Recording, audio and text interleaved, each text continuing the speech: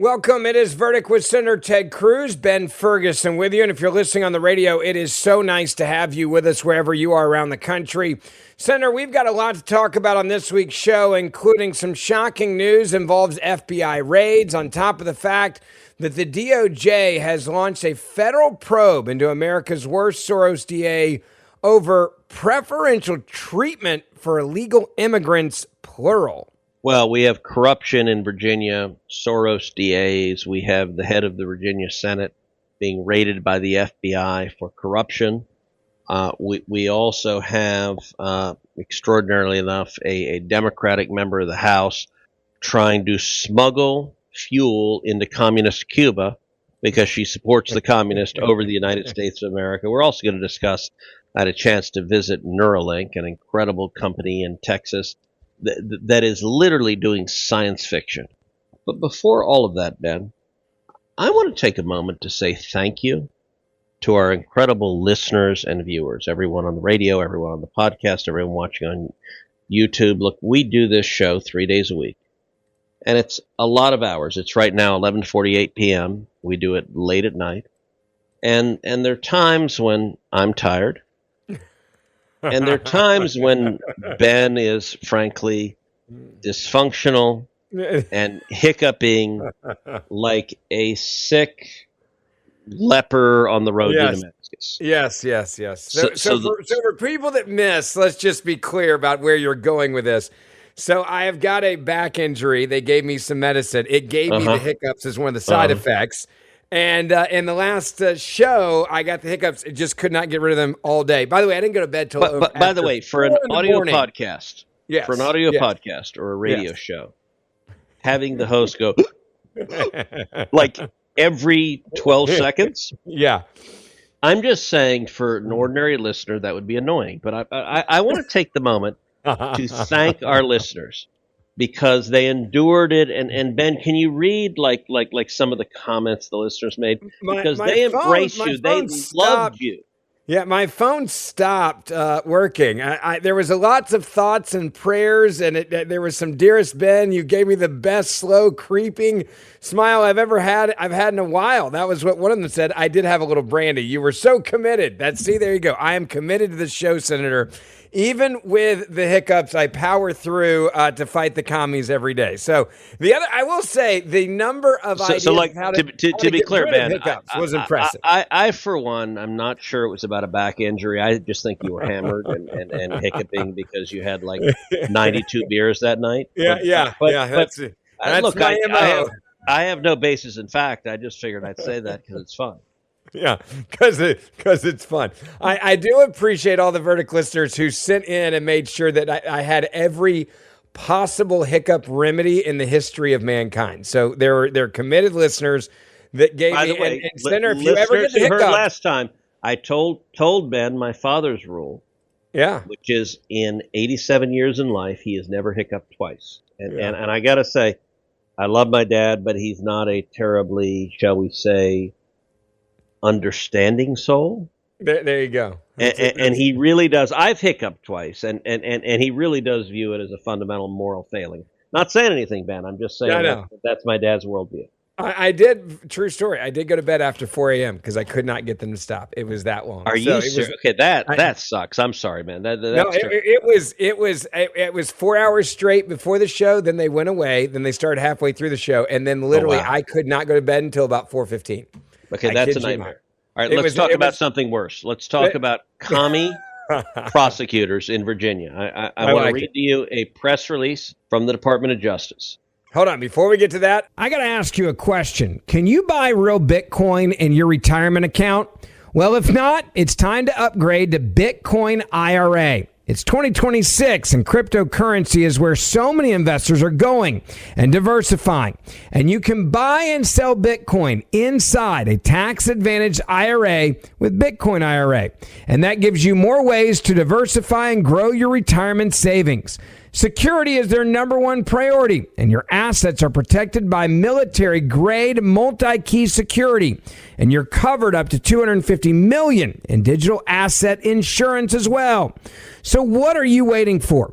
Get in the Bitcoin game today and call and talk to a real person. 866-679-7871. That's 866-679-7871. Or go online to bitcoinira.com/Ben to open a free account and earn up to $1,000 bonus. That's bitcoinira.com/Ben to open a free account and earn up to $1,000 bonus now. All right, now back to your press conference and everything that we've got in detail on this story. Press release from the Department of Justice. Justice Department notifies Fairfax County, Virginia, Commonwealth's attorney of investigation into his plea bargaining, charging decisions, and sentencing policy. Today, the Justice Department notified the Fairfax County, Virginia, Commonwealth's attorney, Steve Descano, of the initiation of a federal investigation into the Commonwealth's attorney's plea bargaining, charging decisions, and sentencing policy. The Justice Department's Civil Rights Division will investigate whether the office of the Fairfax Commonwealth's attorney discriminated against United States citizens by offering preferential treatment only to illegal alien criminal defendants. Now stop for a second. How is this possible? What kind of prosecutor that says, given every criminal defendant in front of us, let's discriminate against U.S. citizens and let's favor illegal aliens? Well, that is, in fact, what is happening in Northern Virginia. It's not only happening, but I think when you look at the reach, what you realize is George Soros understood that he was going to be able to buy access to power. Yes. He was going to be able to then use those individuals however he wanted to because he's the one that got them elected. And that meant going easy on the people that he said, regardless of what the law says, are the actual criminal illegal immigrants, including if they are committing heinous crimes. If he says, you let them go, you look the other way, I'm the one that got you elected. Apparently, that's exactly what happened in this scenario. Well, let me go through the facts. And there's an article written by Tim Carney entitled Steve Descano, America's Worst Prosecutor. Here's what it says. Murderers, rapists, perverts, and pimps. These are the folks served by Fairfax County Prosecutor Steve Descano. The George Soros-funded Commonwealth's attorney for the suburban county of 1 million has openly stated he won't enforce the law when it clashes with his ideology. The results have been ugly. Richard Cox was already a serial sex offender when he exposed himself in a women's locker room in Fairfax. But Descano let him go, and he proceeded to expose himself in a high school girls' locker room.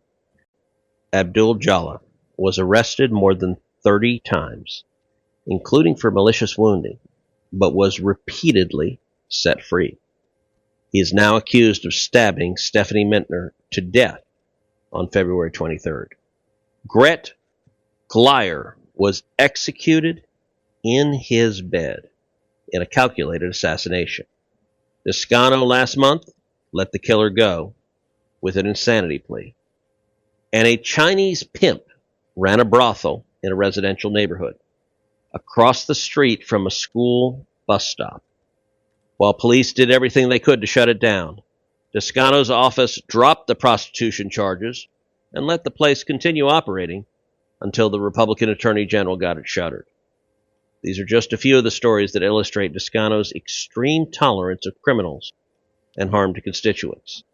Descano is in office because of left-wing billionaire George Soros. Descano was first elected as Fairfax County's Commonwealth's attorney in 2019, when he knocked off the incumbent, Raymond Morrow, in the Democrat primary, winning by 1,500 votes in a low-turnout election. Descano raised about $1 million between the primary and the general election, a shocking amount for a down-ballot county race. About two-thirds of his cash came from two Soros-funded organizations, the Justice and Public Safety PAC and the New Virginia Majority PAC. This is a pattern. It's a pattern over and over again. George Soros and the radical leftists, the Marxists, then, they've discovered a vulnerability in our democracy and our constitutional republic. which is they can elect what are now called Soros DAs.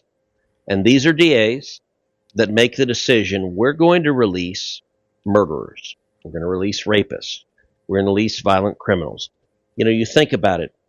Virtually every Democrat in the Senate has voted repeatedly in favor of abolishing the police. That is a radical and nutty idea. 5 years ago, if you asked any person in your favor of abolishing the police, people would say, no, that's crazy. Well, today's Democrat Party, that is now mainstream. There are two ways you abolish the police. One, you cut off the funding and shut down the police, and we've seen Democrat cities do that, from New York City to Minneapolis to, sadly, Austin, Texas, and our home state of Texas. But the second way you abolish the police is you elect a Soros DA. You flood millions of dollars from George Soros. You elect a DA. And by the way, the police cannot enforce the law if the DA will not prosecute. Doesn't do any good for the police to arrest someone if the DA says, you know what, we're going to let these violent criminals go.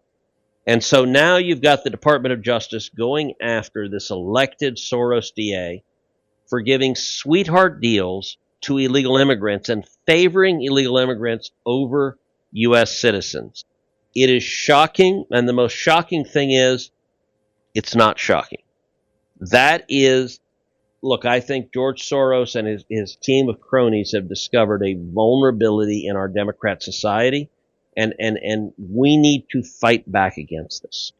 How do you fight back against this? I mean, when you see the deals that are being made, I think every American should be outraged over this. Illegal immigrants should not be able to walk away from the laws that they're breaking, but American citizens be held accountable for breaking those same laws. But if you, as you mentioned, if you have a DA that decides to do this, what are our options after that?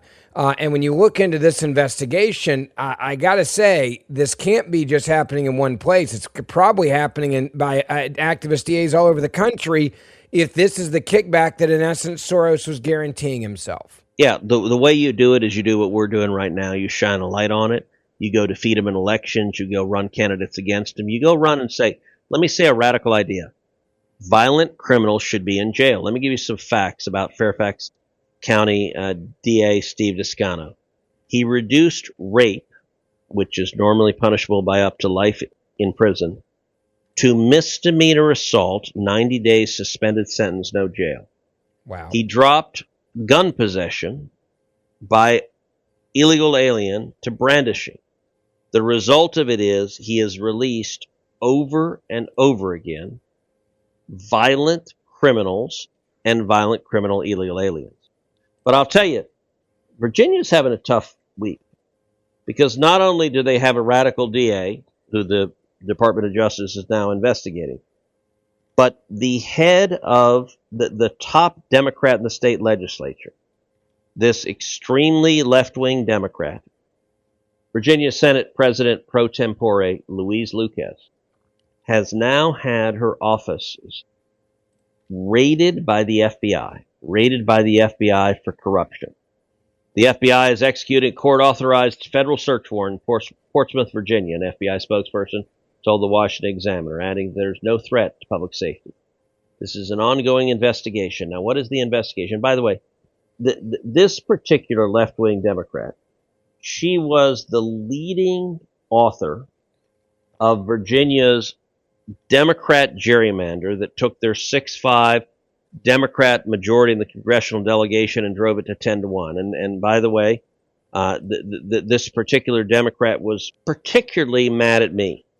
So when I pointed out that this was a corruption of democracy, to take a state where nearly half of the citizens voted for Donald Trump and to gerrymander it so that 10 seats would be Democrat, 1 would be Republican, she responded, blasting me. She said, "You all started it," blasting me. "We effing finished it." Well, I got to say right now, she's being prosecuted for corruption in particular favoring marijuana distribution locations. Yeah. It's an investigation examining possible corruption and bribery related to marijuana dispensary businesses, and this is a bad week for left-wing radical Democrats in Virginia. All right, Senator, this is a very interesting and just weird story. You have a liberal Democratic Congresswoman, Jayapal, who defies President Trump to literally go work with a foreign country, Cuba, to try to get them oil.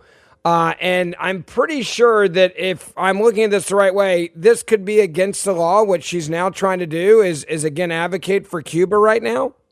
Well, Ben, let me make a statement that I don't want to be true. And I want to make the statement, and then we're going to assess the facts to determine if it's true. Here's the statement. Too many elected Democrats in Congress hate America and actively, aggressively, and enthusiastically support the communist enemies of America. Now, as I say that, listen, as someone who loves our country, I hate saying those words. I don't want them to be true.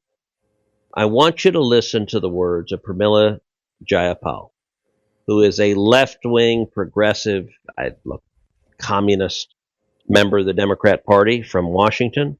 Listen to what she had to say about what she's been doing lately. In January, Trump issued an executive order threatening tariffs on any country supplying fuel to Cuba. This was this January, just a few months ago. And oil shipments from Venezuela, that's where Cuba had been getting its oil, were halted after the U.S. operations to kidnap Nicolas Maduro. Since January, only one Russian tanker of oil has made it to Cuba. In fact, it landed just a couple of days before I landed. And one tanker has enough oil basically for 10 to 14 days of Cuba's oil needs. So it's a very limited amount of time. Now, Russia has said they're going to send another tanker. I was in conversations with the ambassadors from Mexico and some other places, and I know other countries in Latin America are trying to figure out how to get oil there. But it is a crisis beyond imagination. Just this past Friday, on May 1st, Trump signed a broad executive order that widens sanctions and allows for new penalties similar to what we have for Iran and Russia against foreign banks and firms that are dealing with Cuba, and it also reinforces the ban on U.S. tourism. I have called these sanctions an economic bombing of the infrastructure of Cuba. It is illegal. It is against the war. We've been talking about this in Iran, obviously, to bomb the infrastructure of any country. That is against international law. This is essentially doing the same thing. It is bombing the infrastructure of Cuba with economic sanctions that essentially ensure that the infrastructure collapses. There's something interesting that she said there.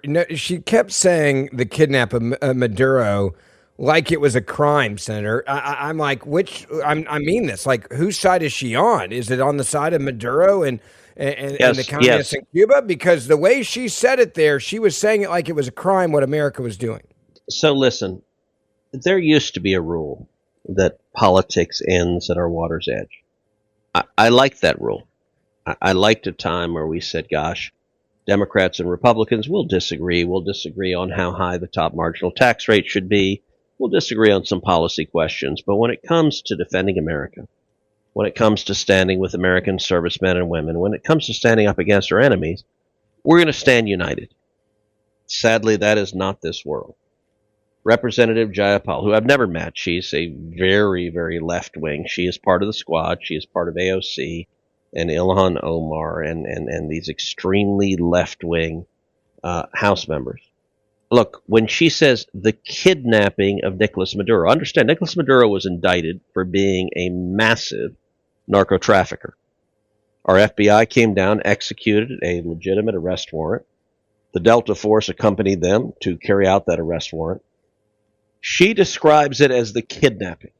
That is language that is identical to what every enemy of America would say. The last I checked, executing a legitimate arrest warrant. Nicolas Maduro, number one, he's a tyrant who's responsible for massive oppression of his people, for murder, for torture, he has destroyed Venezuela just like Hugo Chavez has. But you know what? That's not what he was indicted for. That's not what he was arrested for.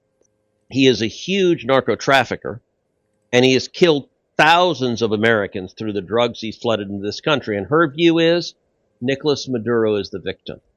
It is the evil American government that dared arrest this narco trafficker. So on Cuba, understand, she is unambiguous.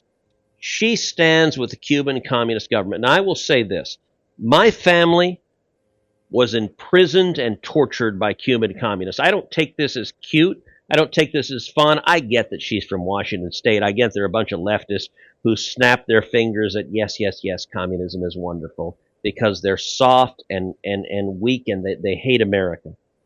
But I got to say, the idea that they're actively trying to smuggle fuel into Cuba because their objective is they want the communist regime in Cuba to stand, to exist, I find infuriating. Look, Ben, did you ever have a chance to meet my Tia Sonia? Yes, I actually did once at an election event. Okay. My Tia Sonia, my aunt, she's my father's kid sister.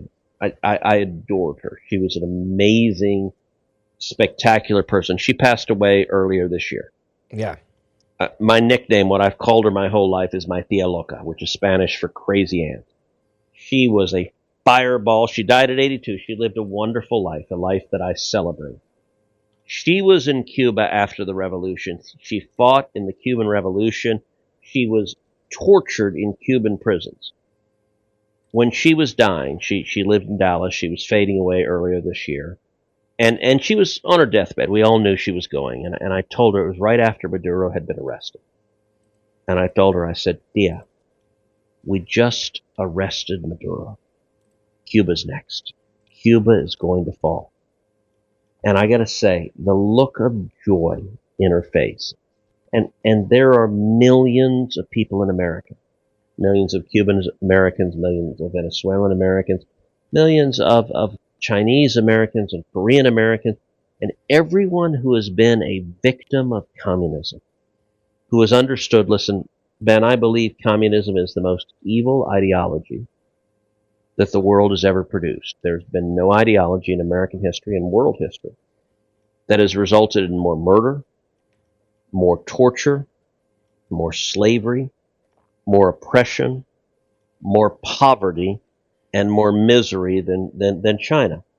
And to listen to an elected member of Congress, a leader of the Democrat Party, saying she desperately wants to smuggle fuel in because her objective is to save the communist government in Cuba. I got to say, it will be an amazing thing. I don't know what's going to happen in Cuba, but we have a greater opportunity right now than at any point in my lifetime to see the communist regime fall.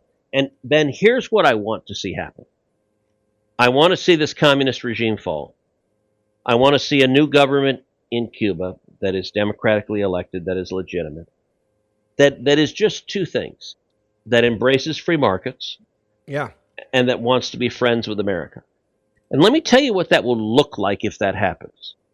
Number one, I would love to see Cuba be this oasis of free enterprise, much like a Singapore or a Hong Kong before China took it over. I think it could be extraordinary. But number two, Cuba has a massive advantage. There are millions of Cuban expats, Cubans who fled Cuba, came to America seeking freedom, who, if Cuba had a free market government that was friends with America, would eagerly invest in Cuba. There would be billions of dollars, tens of billions of dollars that would be invested in Cuba. You would see a mass of capital. Cuba is stuck in the dark ages. It's like going to Cuba, and I've never been. I will go to Cuba when we have a free Cuba. I do not wish to go to Cuba under communism. But Cuba, the cars they drive, do you know the cars they drive are from the 1950s? Yeah. It's like the movie The Land That Time Forgot. When the revolution happened, the cars stopped, the innovation stopped, the food stopped, the misery stopped, the poverty, everything froze in time. And I'll tell you, Cuba has some of the most beautiful beaches on the face of the planet. If we have a free market government that's friends with America, we will see this tourist oasis, billions of dollars flooding into Cuba, and it's just 90 miles off the coast of America. And what befuddles me, I want to ask you this, Ben. Take a minute. Get in the mind of a leftist, Congresswoman Pramila Jayapal. Why would you root for Cuban communists over America? Sorry, Senator, I want to get into, you got to take a tour of Neuralink. And for people that don't know what Neuralink is, number one, explain it to us, what the technology is and where this could be taking us. Well, let me say, our first three stories on today's pod have been a little depressing. Number one, a radical George Soros DA in Virginia favoring illegal immigrants over American citizens, releasing murderers, rapists, violent criminals. That's disturbing. Number two, the lead Democrat in the Virginia Senate, her office is raided by the FBI for corruption concerning FBI or concerning marijuana dispensaries. That's disturbing. Number three, a Democrat member of the House openly supporting communist Cuba, trying to do everything she can to smuggle fuel into Cuba so that the communist regime continues oppressing the people. That's disturbing. This last segment, I don't want you guys to be down. I want to give you a moment of optimism. I want to give you a moment of hope. Today in Austin, Texas, I toured the facilities of Neuralink. Neuralink is a company started by Elon Musk. Elon is a good friend of mine. I know Elon very well. I gotta say, Neuralink feels like it's not real. It feels like it's something out of science fiction. I toured their facilities. Their facilities are amazing. Here's what they're doing. They're creating technology that can implant in the human brain to help people who have lost basic abilities, who have lost mobility, who have lost speech, who have lost sight, to turn that around and give them a life again. So, for example, what they do, they have a unit, and it's a unit about the size of a quarter. It's a little round disc. Most of it is a battery. And what they will do is they will drill a hole in someone's skull, about the size of a quarter. They will implant the unit, and there are 128 little filaments, little strands. They are incredibly thin. They're thinner than a strand of hair. They have a robot surgeon that will place each of these 128 strands into different places in the brain where the sort of round quarter-sized piece is being embedded inside the skull. What this will do, so let's take someone with ALS, an incredibly debilitating disease that incapacitates people, makes them unable to move, unable to communicate. What they're able to do, or let's take someone that has a spinal cord injury, that had a horrible accident, broke their spinal cord, and so they're a paraplegic or quadriplegic. They can't walk, they can't move their arms. Neuralink is embedding these units in people's skulls that enable people who are paralyzed to move again.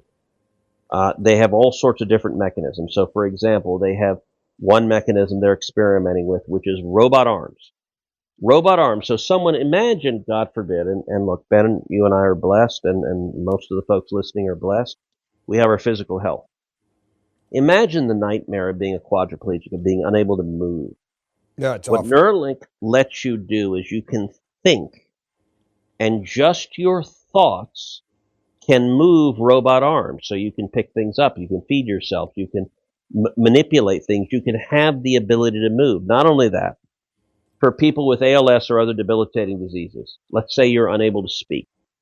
Neuralink right now is able to implant the threads in your brain, and you're able to think, and the computer will speak for you. And I watch that they've implanted it. They've done a lot of animal experimentation, mostly on sheep, with great success. They've implanted it in 25 human beings, and you have people who are unable to speak, that they think, and a computer will say, I am speaking to you right now. This is me thinking. Can you imagine, look, the madness of feeling imprisoned in a cage in your brain? Yeah. Where your brain is functional, you're smart, you're aware, you're able to think, but your body has shut down. You cannot communicate. Neuralink lets someone communicate. By the way, it also lets them, I saw amazing videos. It lets them control, for example, a computer cursor online, so you can draw art, just thinking.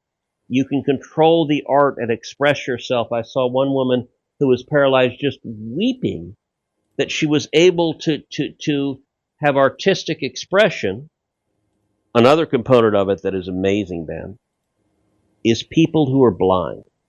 People either born blind or say they've had an injury that damaged their eyes or their optic nerve so they can't see. Neuralink is working on the technology so that you can have a camera see what's in front of you, and they broadcast that image to your brain so you're able to see. That's so this incredible. is technology that lets people who are paralyzed and crippled move and walk and have their arms and have the ability to engage in the world, that lets people who are blind see, and lets people who cannot speak.